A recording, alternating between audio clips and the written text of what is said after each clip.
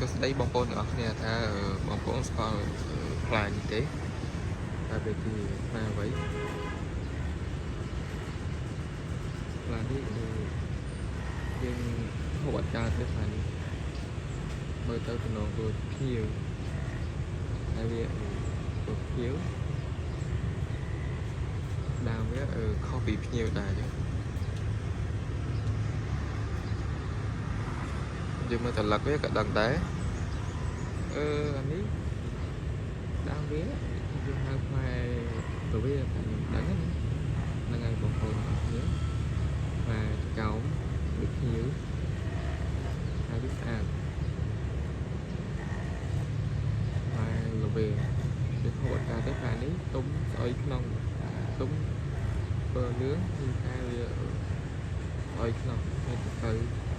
ហូបអត់កើតទេនេះរវាងដើមរបស់វាផ្លែលវេទៅដូចផ្លែភៀវដើមដូចគ្នា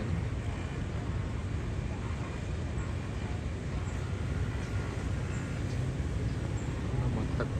ស្ទឹងសង្កែយើងនេះ